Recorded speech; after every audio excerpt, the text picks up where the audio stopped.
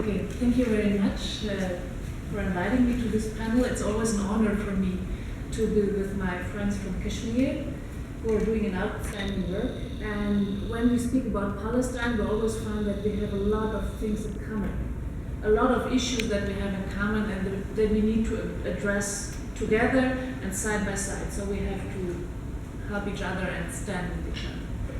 So when we speak about Palestine, of course, it is a well-known case. There is an occupation going on since 1967.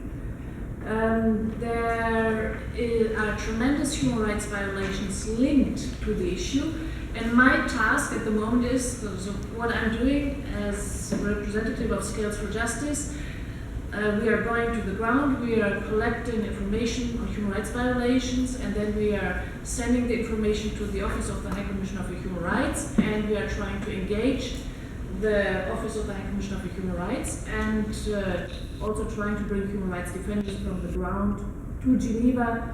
So really we try to advocate also for our friends in Palestine. Now when we speak about self-determination, I will talk about my latest visit to Palestine, which was in April this year, so not long ago. I will just give few information on the historical background for those who are not familiar with the case, and then I will present some cases to you that exemplify the issue as a whole. So, as a starting point, it's always important to understand the historical loss of land when we speak about Palestine. So this map exemplifies and illustrates the loss of self-determination. When you look on the left side, there is Palestine before 1947, before it was divided according to a UN resolution in 1947. However, there was a war between Israel and its neighboring countries. So what was finally left for the Palestinians until 1967 is the third image, so the second from the right.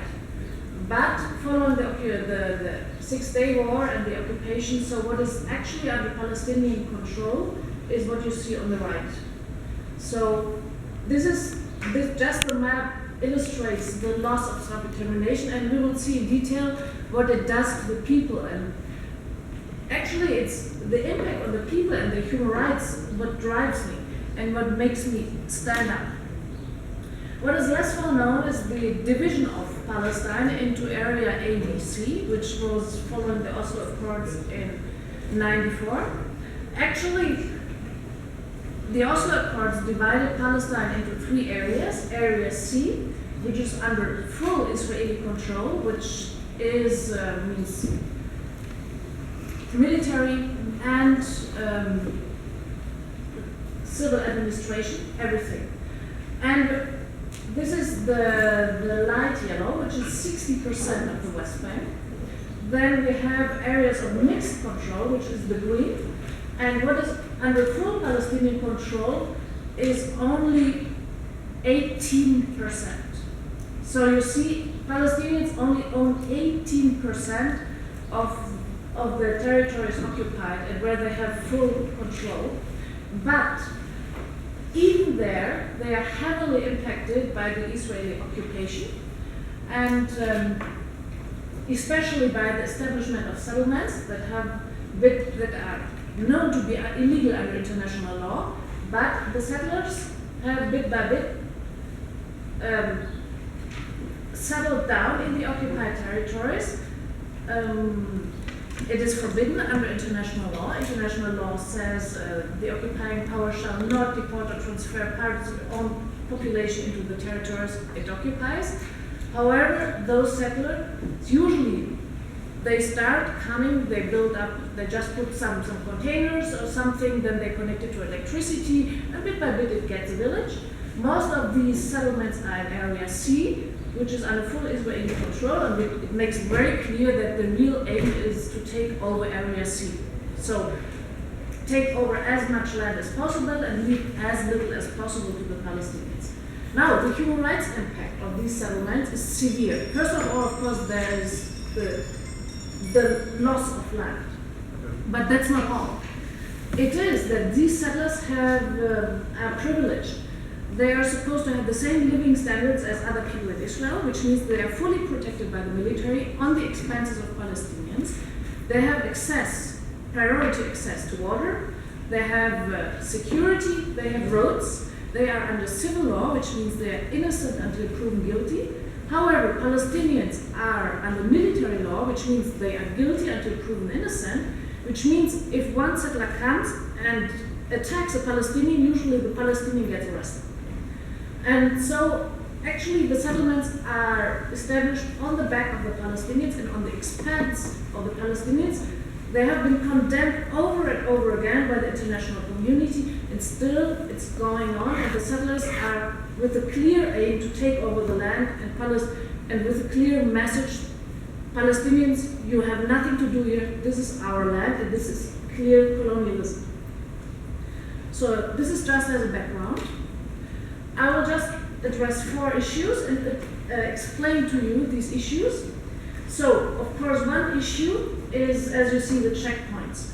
The settlements are usually protected by or surrounded by checkpoints. There are controls by the Israeli military all over the West Bank, most of the time not for security reasons, but according to testimonies from breaking the silence, to show Palestinians that Israel is in control.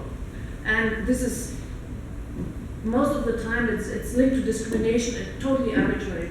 Palestinians get arrested. There are 2 checkpoints within 100 meters. They can be stopped 2 hours every time, which means passing 200 meters can take 4 hours. We have demolitions, especially in Area C under full Israeli controls.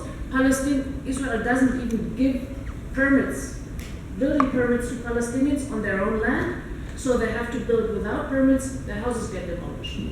Arbitrary arrests, you see that below. Palestinians are under military control, are under military law, which means they can be arrested from the age of 8 on, and this is frequently the case. So we have many international observers who make sure that Palestinian children are not arrested on their way to school. And of course we have settler attacks, because settlers act with total impunity. They frequently attack Palestinians, and they are never punished. There is total impunity for that. However, if one Palestinian touches one stone, he will be immediately sent to jail. So it's a terrible injustice linked to the occupation and the total absence of self-determination. I will just tell about my last visit and some cases I've seen that show the impact for the people. So this is one, you may know the people. On the right side is Isa. He was here also on the panel with us. So we met in April, and he told us about the situation. So these are members from our NGO, Skills for Justice, and he shows us around. And for me, for my presentation, I just wanted also to give you some personal impressions from my last visit. The situation in Hebron is severe. Actually, there is a settlement of 600 settlers that has been established in the heart of the city, which is watched around the clock 24/7 by 1,500 Israeli soldiers on the expense of the Palestinians. In the 90s, there was an attack by an extremist settler who shot 29 praying Muslims in the mosque. As a result, so he was an extremist settler living in the settlement, instead of evacuating the settlement, the Israeli military established a buffer zone around the settlers to prevent Palestinians from taking revenge, which means they simply closed the entire market street, the main market street of Hebron, which you see here in the middle. It was the main market street, and the city is located on both sides, so you can imagine Palestinians are not even allowed to walk there anymore. They have to go all around. The settlers are living there, have full living standards like in the rest of Israel, those few remaining Palestinian families have to climb over the neighbors' roofs just to reach their homes, but all the time they are also attacked by settlers. Because these settlers, this UN report saying, act very violently against Palestinians with a clear aim to expel them. So you see on the right side, you see the blockade the walls, and in the picture below, there is Murad Amr and one of our members. They walk through the market, you see the covers, because the settlement is above it, and the settlers throw garbage and excrements, anything on the heads of the Palestinians, so they have to protect themselves, but they are still protected by the military. So our friends in Hebron are human rights defenders, they are standing up. However, I was told last time they had the Open Shuhada Street action, which is a legitimate right. There were snipers, and this is a very new technique by the Israeli militaries with Ruger guns. They injured several demonstrators the moment they had already dispersed the crowd with tear gas and sound grenades while people were running away. It had nothing to do with security reasons, but still they were attacked with snipers. So human rights defenders are at constant risk of their life. While we were sitting there with Isa, this here has the picture on the left. This is a sign that has been set up behind their center. On the right side, I don't know if you can see what it is. It is a water tank, and which is leaking. While we were sitting there, I was uploading some pictures on Facebook, and all of a sudden I wondered, Isa had disappeared, my friends had disappeared. Settler children had passed and had attacked the water tank, destroyed it on the right. The soldiers didn't do anything about it. So just the moment I was sitting there. Another thing is the case of Mabeka. I went with somebody who was working for the UN there on the ground. Beka is a village that is sandwiched between several settlements, and they are trying to link the settlements together, which means they are trying to expel Palestinians. This old man here, his house was demolished 2 times, the house you see in the background. His water cistern, the one he was digging just to water his fields, he had to fill it with stones because the Israeli military said this is illegal destruction here on the right side. So total discrimination when it comes to water, which is a clear policy of expulsion and starvation. You see the settlement on the other side. The settlement is connected to the water. The settlement is illegal, but they get the full access, they get the infrastructure, the streets, and the Palestinians are demolished. Now we were trying, these children you see on the right have to pass through checkpoints to go to their school. They are attacked by settlers, they are arrested, so they drop out of school, they have no school, no future. We were trying to find a location for a school here, to build up a school, so they don't need to go past the checkpoints anymore. But the picture below, I think it's quite clear that it's not really a nice place to build. The other one is on the top of the hill. Impossible to put the school there because it's located on the hill. If even one child throws a stone, the military will invade all the village. So it seems at the moment these children will never have a school because of the occupation. And the last case I would like to speak about, and this was the most appealing to me, is the case of Khaled Hussein al-Sheikh. Khaled is 15 years old. He's 1 year older than my daughter. He was arrested in December last year, December 2014, because he was carrying a tire in his village nearby the wall. What happened to Khaled? 7 soldiers jumped from behind a rock and caught him and beat him up and dragged him into a military jeep. His friend escaped. He was brought to the police station. 12 hours, nothing happened. 12 hours, he was beaten again. Then he was brought to a hearing. He was presented a paper in Hebrew. He doesn't understand Hebrew. And his rights in Hebrew. He doesn't understand anything. His father was waiting outside to be with him because under international law he shouldn't be alone. His father was not allowed to join his son. So he was interrogated for 2 hours. The soldier beat the table, yelled at him, told him he has to confess, and he has to sign the paper. And if he signs the paper, the confession, then he can see his lawyer. So this was actually Khaled. Of course he signed after some time. What was it? Actually he signed his own conviction in some way. So he was brought to the jail. He had to undergo 5 hearings, each time shackled, hand and feet, from 8 in the morning till 5 in the afternoon, 5 times. Since there were 7 soldiers, the 7 soldiers brought other tires that they had found in the area, 2 others, and said, here's, carried all of them. Then they said, yes, and he threw stones. Throwing stones is a very serious offense, at least if it's a Palestinian.